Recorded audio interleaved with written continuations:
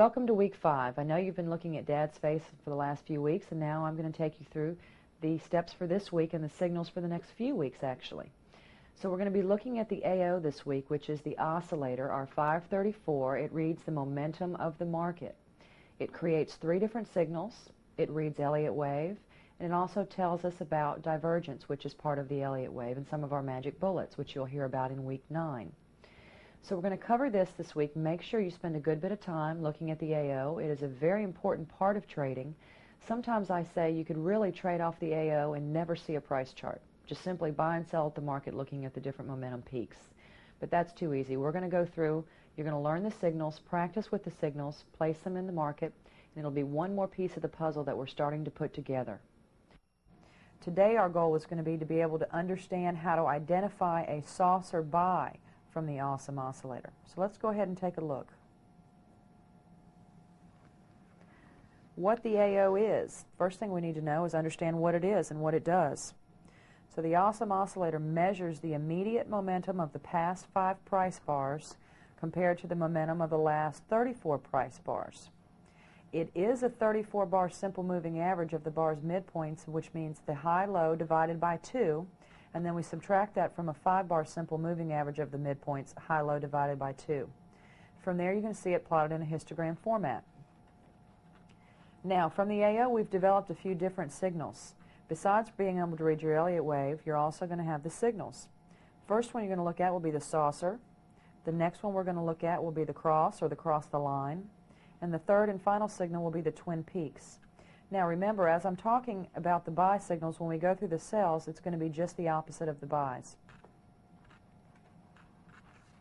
Now you're going to take a look at what the oscillator is, or what it looks like. You need to keep in mind that we've got these bars colored. When you notice a red bar, you know it's going to be lower than the previous bar. Okay, now I'm going to go along with the cursor and show you what I'm talking about. If you notice here below the 0 line, where we're looking at negative numbers, the bars are red when it's increasing or lower than the previous bar. Now you're going to see the bars turn green because they're higher than the immediate preceding bar. So when we're in an uptrend, you'll see it coming up green, or when we're above 0, and we're above 0 and it's lower, the next bar is lower, you're going to see red coming down all the way, then it will flip on the bottom. So just remember, your red bars mean it's lower than the previous bar, and your green bar means that it's higher than the previous bar. So let's go ahead now and try to see how we're going to put together a saucer buy. First thing we want to talk about are going to be the rules for the saucer buy. All your bars must be above 0. Your signal bar will be a green bar.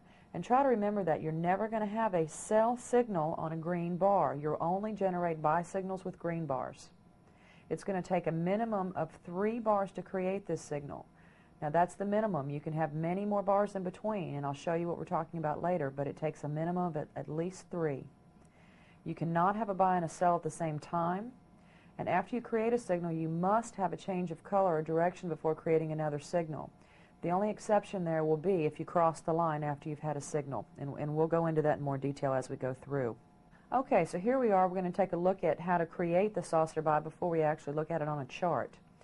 Here is represented the 0 line, which you saw previously in that chart where we talked about above and below being positive and negative. So anything above will be a positive, anything below will be a negative number. In this case, we've come up to point A, which is the first green bar, labeled at A. Now when you go through your notes, you will see the description of A, B, and C. Throughout this video, I'm simply going to describe it to you. So you will have this in written format. Don't panic. Just pay attention to what I'm talking about right now. So here's A. It's going to be what you're seeing is momentum has come up. Then B comes out, which is a red bar. Momentum has pulled back. It has pulled down. The next thing that happens is we have another green bar, another higher high. From this point to this point, we've created a saucer. Think about a saucer as a cup.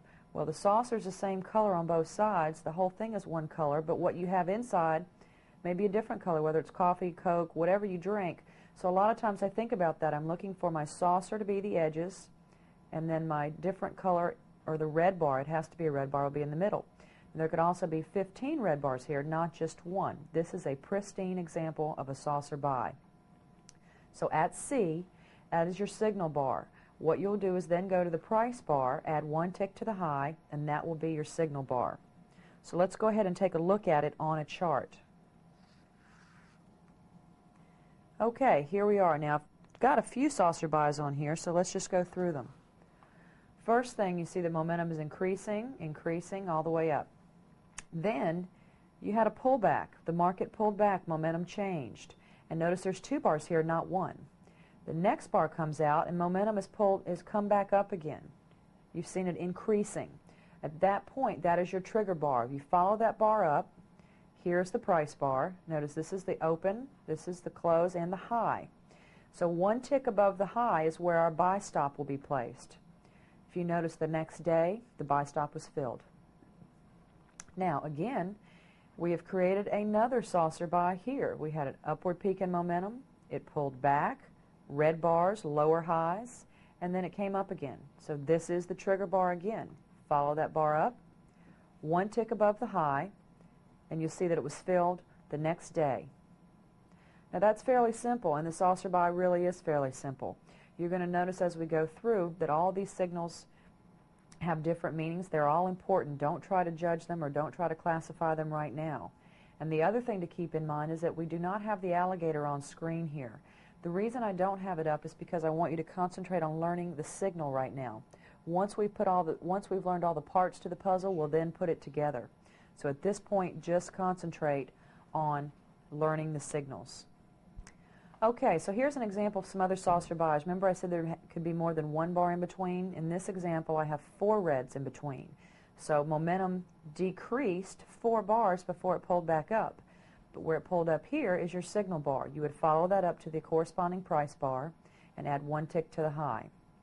In this occasion here, you notice from this point to this point's a saucer, from this point to this point's a saucer, and again here, and again here. So you can continue creating saucers between each one. There was a change. Well, you had to have a change to create it. Now notice down here what we have written. Remember, all buy signals will be triggered by a green bar. It's very important. There can be more than 3 bars in a saucer. You see that here. We've got 6 bars in this saucer. To create a new buy signal, all you need is a change in direction. You see that each time here. And it only takes 3 bars to create a saucer, which you really notice that here in the first one. So this is the saucer buy.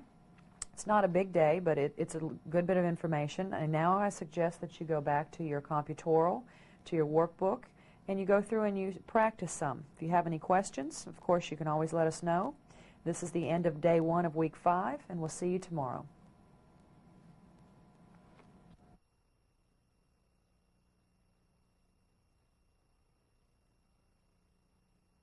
Okay, well, you're back. It's week 5, day 2. The goal today is to understand the AO cross and the AO Twin Peaks buy. We're going to be covering 2 today because the AO cross is real simple. So let's go ahead and take a look. Rules for the AO cross the line buy. Always read from left to right. It only takes 2 bars to create this signal. Your first bar must be below the 0 line. Second bar must cross above the 0 line. So in other words, we're going from a positive number to a negative number. And you cannot have a buy and sell signal at the same time. That should make sense to you now. You can only have a buy signal on a green bar, and you can only create a sell signal with a red bar. And there's no way to have a red and a green bar at the same time. So you have one or the other, or none. Once your signal is created, you're going to go to the corresponding price bar and add 1 tick to the high for your buy stop.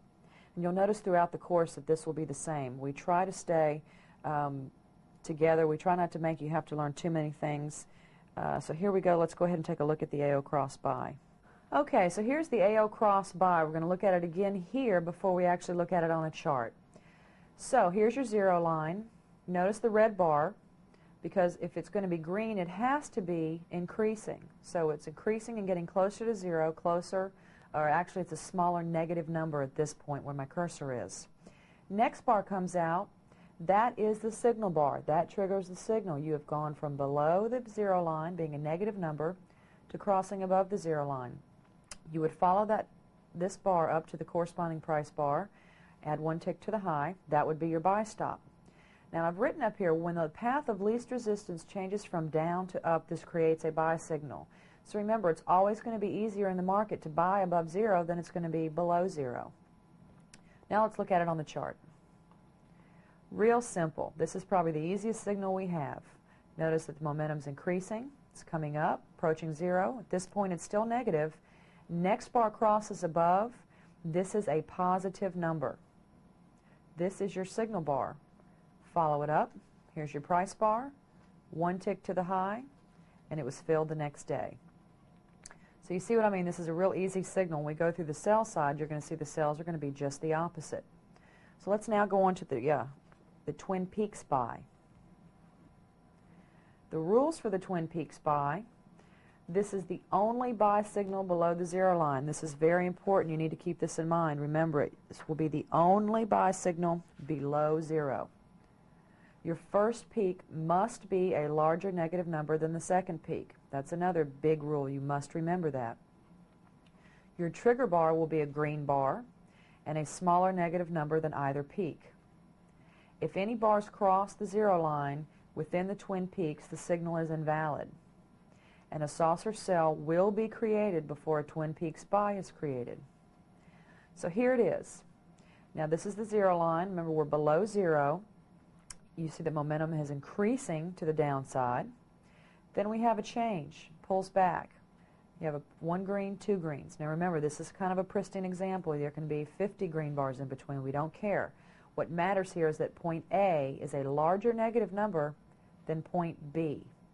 Then the next bar comes out, green bar, that triggers our Twin Peaks buy signal. So let's go over it. You have a peak, change in momentum, another peak that is less than the first peak, and then the green bar comes out. That triggers our Twin Peaks buy signal. Now let's take a look at that on the chart. Okay, so here we are on the chart. Notice that the momentum is coming down, is increasing to the downside, larger negative numbers. Then we have a change in momentum. It starts to pull back up, closer to the zero line. Then at this point, it comes back down again. So at this point here, actually at this bar, we have a saucer sell signal. I know we haven't covered that yet, but some of you may have already figured that out. There's your saucer sell, but this day comes out and it changes everything. Now we have a Twin Peaks buy signal. This peak is definitely taller or a larger negative number than this peak. And then this bar comes out, green bar again. So let's take a look at it here. You're going to follow that up, one tick above the high, and then it's going to be filled on the next bar. Okay, so we've covered day 2 of week 5. We talked about the AO cross the line, and we've talked about the AO Twin Peaks. Remember, the Twin Peaks will be your only buy signal below zero. And what you're really going to see in the market many times is that the AO Twin Peaks would be your first signal when a change of trend is happening. The next thing you're going to see is across the line, and then the AO saucers are going to be created. So keep that in mind when you're looking at them. It's kind of a sequence of change in trend. Sometimes you're going to create a few Twin Peaks before the change of trend actually happens. But by the time the AO crosses the line, you should be able to see a clear change. So have a good evening, and we'll see you tomorrow.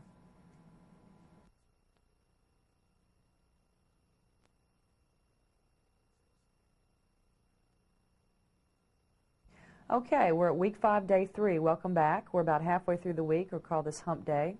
Today our goal is to be able to understand and to locate the AO saucer cells and the AO cross the line cells. So this really should be a review from you from the previous days this week. So let's go back through them and take a look at the saucer cells. First thing we're going to look at are going to be the rules. It's going to take a minimum of 3 bars to create this signal. All bars must be below the zero line. Your signal bar will be a red bar. You cannot have a buy and a sell at the same time. Remember, you can't have 2 different colored bars. It's going to be either red or green. After you create a signal, you must have a change in color or direction before creating another signal. If the current bar is green, you cannot have a sell signal. Okay, so here we go. We're just going to repeat. To create a sell saucer, all bars must be below the zero line. That's very important. In your saucer buy, all your bars will be above the zero line. So the saucer sell is just the opposite. Here we have labeled A, which is going to be your first bar out. Then B, momentum pulls back, gets closer to zero. It's a lower, it's a lower high. Then we have C come out. C is another red bar. So momentum has come back down. It's increasing again to the negative side, or the larger negative number. So we have momentum up, it pulls back, comes back down again. We've created a saucer. Remember, think about that cup I was talking about. The cup on the upside went this way, holding something. Now your saucer simply flipped upside down, so it's red on the sides and green in the middle. That may help you to remember this until it becomes second nature. And again, I mentioned earlier that on your notes, you're going to have a printout of what exactly A, B, and C stand for. Now, C must be lower than A. That's going to be the only, or must be lower than B, excuse me. That's the only rule here. Since you've seen the Twin Peaks by, you understand why. C is only related to B here. When we're looking at a Twin Peaks, and we look at what A and C are compared to each other. In saucer, it does not matter. As long as B is lower than C, you're fine. You've created a signal. Okay, here we are on a chart. Now we're going to take a look at, there's your zero line. So you know that momentum is increasing to the downside. You see the red bars. Pulls back here, just one bar, but that's all it takes. Next bar comes out. Momentum is increasing again to the downside. So we're going to follow that bar up. One tick below the low is going to be where our sell signal is, or a sell stop, and it gets filled the next day. Now, if you're wondering what that square is, that's showing us identifying an AO saucer cell. CQG, which is from the software that we use, identifies these by the mark, so don't let it fool you. That's what it is. It's just simply telling you there's a sell signal. Now here, again, we have a downward momentum, and then we have a change in momentum. At this point, notice here we have 2 bars. Doesn't make a difference. There could be 15 bars as long as the sequence is correct. Red, green, and this is appearing black, but they would be green. They're lower, and this is red. You follow that one tick below the low. That's going to be our sell stop. Now this chart's been cut off, but the next day it was filled. And again, remember, you're not looking at the alligator because we're trying to learn all the pieces of the puzzle. We're going to put everything together after you've learned how to find your signals. So let's go ahead and take a look at the rules for the AO cross the line cell. It only takes 2 bars to create. Your first bar must be above the zero line. Your second bar must cross below the zero line, from a positive to a negative number. So all we're doing here is simply doing the opposite that we did for the AO cross the line buys. You can only create a sell signal below the line, and you cannot have a buy and a sell signal at the same time.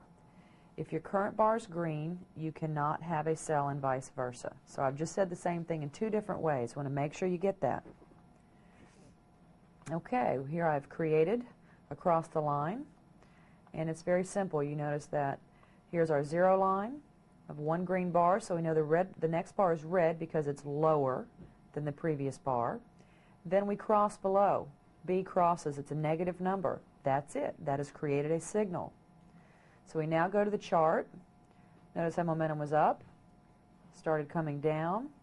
At this point, that crossed the zero line. It now became a negative number. That is our signal. 1 tick below the low is where our sell stop will be. Now notice the next day, what happens? We have a higher low, don't we? And momentum is still increasing to the downside. So what we have here is what we call a blue light special. The market has gone on sale and given us a better price. Now I'm going to explain it a little better. Here's our original sell signal. Notice here it's where it's generated. It should be 1 tick below the low. The next day, the market, the low, is way above even the previous day's high. But it's a higher low. Momentum is still increasing to the downside. So it simply means we're getting a better price on this sell signal. So we moved our sell stop 1 tick below the low of this bar. Then, look what happens the next day. We were filled. So that is what you call a blue light special. We're going to see that a lot. You're going to see it with the AO and the AC.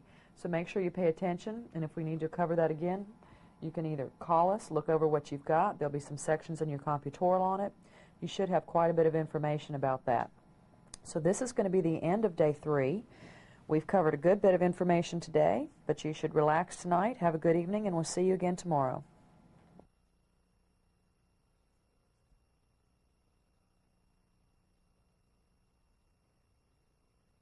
Okay, welcome back.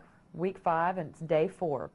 The goal today is to understand and be able to immediately locate the Twin Peaks cell signal. And then we're going to go through and review all the AO cell signals that you've learned this week. So let's go, and here we go. It's actually going to be a review for you. Again, this is just the opposite of what the Twin Peak AO buy cell signal was. Bicell. That didn't make a lot of sense. The AO bi signal. Okay, this is the only cell signal above the 0 line. The first peak must be a larger positive number than the second peak. Your trigger bar will be a red bar and a smaller positive number than either peak.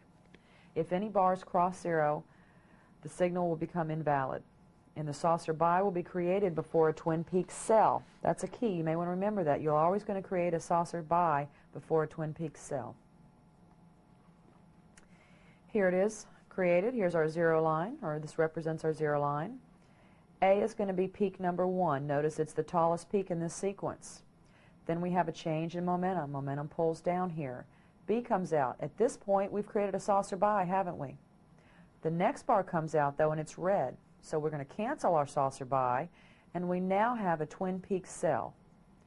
Now, this is only if it's in accordance to the gator. If you're going against the gator and the overall trend, you won't take it. I just want to remind you of that. But the importance here is that A is a higher positive number than B, and then C comes out and is a red bar. A lot of times where you're going to see these twin peak signals are going to be in a divergence. So if you've got divergence, you know your first peak has to be taller than your second peak, and you have to have a change in momentum. So you may see this a lot towards the end of a trend, and you may want to pay attention. We may not actually take the signal, but it's going to be a pre-warning to what's coming. So here it is on the chart. You can see increase in momentum. Then we have a decrease in momentum. This is our first peak. Momentum decreases. Notice how many bars are in here. Doesn't matter. Second peak. At that point, we had a bi signal. You notice it was square right here, indicated we had a bi signal. Next day came out a change in momentum, which canceled the bi, and now triggers our twin peak cell. So one tick below the low of that bar is going to be our twin peak cell stop. And notice it was filled the next day. So the twin peak is definitely one of the most difficult signals, but once you get an understanding of it, it should not be a problem.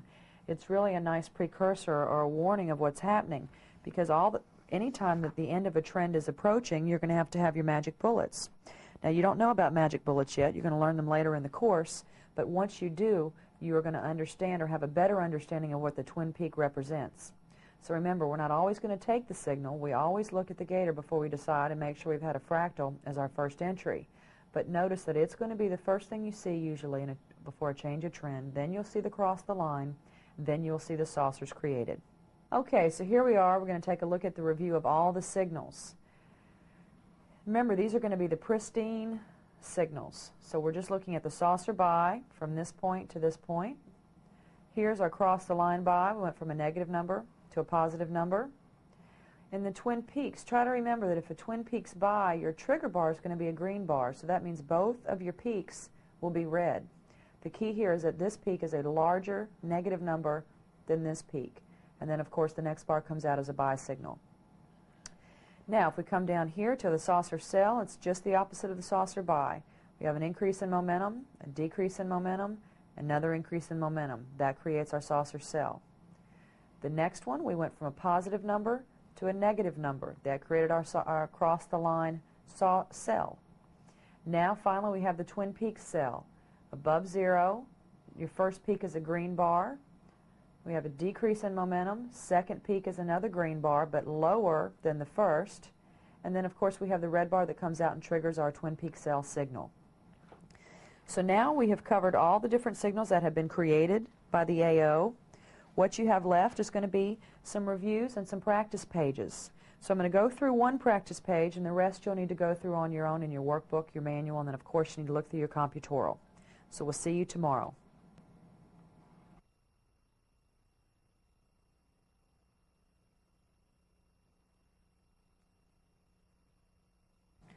Okay, here we are at week 5, day 5. Today's not going to be a lot of information. It's really just a review, so I want to go over and make sure that you understand what the signals were. You're going to have some practice pages that you're going to be able to go through and locate. Okay, here's the AO practice page. Now, this is what you're going to go through to try to identify the signals that you've learned this week. Now, it shouldn't be too hard, but you may have a problem with some of the twin peak signals. So let's go ahead and look at the page with the answers on it. I'd like for you at home, though, to go through and try to fill this out before you look at the answers and see how well you have comprehended the material this week. Okay, here we go. The AO practice page, this is the answers. Now notice here, we've created a saucer, and what I have done on the top, it's been a T for Twin Peak, an S for a saucer, a C for a cross. It will be green if it's a Twin Peak bi, it'll be red if it's a Twin Peak cell. So it's color coordinated, and then it's also got the first initial of the signal that it has created. So we go through here, we've created saucer cells, another saucer cell, another saucer cell. Then we notice we have a peak here, but before that peak we create a saucer cell. Then we've created a Twin Peaks bi. So notice as you go through, it's created a lot of signals, but we're only going to take the signals that will be on the right side of the gator. We will never trade against the overall trend in the market. Okay, the end of week 5, you should now have a good understanding of the AO, what the mom is, the saucer, the Twin Peaks, the cross the line, how we create these signals, and how we use them. Also, we're going to cover the 534 later as your oscillator. It's very important that you realize that the oscillator has more than just one function. We spend a little bit of time looking at each different part in this course, and then at the end we're going to put them all together for you. So now would be a good time for you to go through, review your computoral, look over your slides, look over the workbook video notes that you have that you can check everything we've talked about this week. You've also need to have your date with your IT this weekend. You need to be doing your morning pages, and hopefully you're having a good time while you're taking this course. If you have any questions, let us know. Please don't go until next week until you really have a good understanding of the awesome oscillator. I want to tell you about a power tool for learning to trade better. We spent 18 months working on this power tool, and we call it Investor's Dream. And with the help of programmers from Australia, this country, and Germany, we put together our way of looking at the market and describing the market into an easy-to-use download demonstration. And it works quite well because you can go through it bar by bar. It shows all of the indicators, and then all you have to do is make an executive decision. And you can even program part of that. We call it, again, the Investor's Dream. One trader who's been here who is now very successful, and he attributes it to learning from this and using this. He calls it Idiot's Delight. We'd rather call it Investor's Dream. So let's go to the video. Let's go to the monitor now, and let me show you Investor's Dream. The way to get Investor's Dream, the easiest way to get it is just to go to our website, which is www.profitunity.com, and you can download a fully functioning free version of that. And let's look at that and how it is displayed. What we're going to bring up, this is IBM, and this is Investor's Dream. Now, you'll notice a number of things. Up at the top here, you have the bar chart, and you have the red and green and the blue and the squats all marked. Here you have the volume, and just so that you can see it a little easier, what we're going to do is minimize the volume. We're going to take that out. Here you have the awesome oscillator. Below that you have the AC/DC, the accelerator and decelerator. This particular chart here is what we call the gator chart, and the upper from 0 up measures the distance between the alligator's jaw and his teeth, and below 0 measures the distance between the teeth and the lips. So, and this is projected out 8 bars into the future. So in this particular chart, for example, which is IBM stock, you can see that the alligator is indeed closing. The EO down here, the EO chart, is our Elliott wave counter. Now this, we need to be very specific about this. This counts the number, the Elliott wave on the chart itself, the number of bars. You do not have to have 100 to 140 bars. This takes that into account. And we've simplified it. We've taken the numbers off of it. And anytime the green, the line is green here, you're in an impulsive wave, and anytime it's in the blue, you're in a reactive wave. So on this particular day here, since this is a day chart, it went from an impulsive wave to a reactive wave. Coming over here in the lower right-hand corner, you can have more bars, you can thicken the bars, you can do whatever. Let's put a few more bars here so that we can see it a little bit better. And let's walk through here. You can walk through one bar at a time if you wish to, and you notice that everything changes with each bars. Let's go through here very simply and look at what these are. On the right side, to the right of the chart, you have all of the signals. you have, this is a fractal signal. F plus means it's a fractal. It's green, and that means that it is a bi. Below that is a balance line. BL means balance line, and plus means bi. But you notice that that's grayed out. And the reason that's grayed out is because it's not valid. It is a signal, but it is not above the alligator's mouth. Neither is this AC. Here we have the momentum, which is taken off of the AC chart. The first arrow is down, and that means that we're below 0, and the second arrow is up, which means that this particular bar is higher accelerating than the previous one. We have two cells down here. We have a fractal cell, which is this fractal right there, and then we have a balance line cell, and you notice that that is not grayed out because it's a valid cell. It's a valid cell because the fractal below the alligator's teeth has already been hit, so we would take any and all cells. So let's minimize this chart here to get that out of the way, and let's also look at what you can do, the variables you can do. As far as chart preferences, you can look at the chart. You can do basically most anything. You can change the background. You can change the date. You can change the grid. You can change the x-axis. You can go to thicker lines. You can set anything you'd like as a default and have fun trading that. We can then go to indicator properties, and on the indicator properties you have total freedom to do whatever you want. You can color any bars, anything you would like to color. You can go to the volume. You can make that any way you'd like. You can determine how you want to score the hits. So the way it's set up now, if you have a green that's hit that puts you long, it puts a green arrow exactly where it's hit. If you're short, it puts the red arrow. And you notice that you have magenta and blue. These are stops that the software will put in. You can change that any way you would like. You can show it so it shows your hits or doesn't show the ones that are taken. With the calls, you can change these colors any way you would like. In the general, what you can do is you can set it up. If you just want the fractals to show, then you can take everything else off. If you want everything to show, you can do that. If you just want to use the red line as the stop, all you have to do is take the check marks off. Or if you want to use all 4 executive stops, you can set that as default. On the price bars, you can color those any way you'd like. You can decide how you want to signify the fractals, how the Elliott wave, the AO, the AC. You can do most anything you wish with this chart. We're not going to spend a great deal of time on the chart, and let's take this one off temporarily here so that we can see it a little bit better. Now we're going. What I suggest you do when you download it is you go to the guided tour, and the guided tour will take you through the introduction, placing trades, some philosophy of ours about trading, how to load data files, how to chart utility, how to use the chart utilities, customizing the display.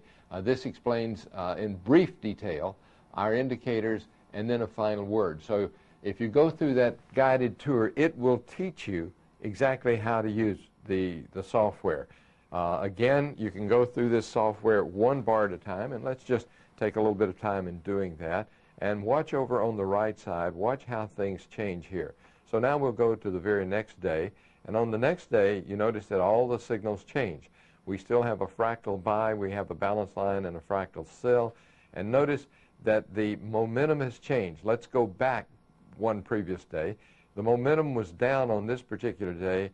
The next day it goes up, and the software will signify to pay attention to this, because now we have an up arrow, and if we were short with any big positions, that would be a signal to look at that quite closely. Let's take a few more days trial here. Now we're still about the same, no real change here. Now we have a closer fractal because this fractal has now been formed, which is closer than the far out fractal we had. And now we have been hit on the short side. So we are short over here, from this bar, two instances on this bar, and the fractal was hit on this bar, so that that signifies we're now short the fractal. We also have an AC cell that's generated by this AC change in direction down here. And that AC cell was hit. So on this particular bar, we're now short. In the last 2 bars, we're short from 3 different places. And we still have an AC that is about to get hit. The bar comes back. The bar is now hit with a balance line. We have an AC, a balance line, and a fractal cells in the market. These have not been hit, but we're short 4. This is just a preview, and again, this is a tool for you to become acquainted with how we trade.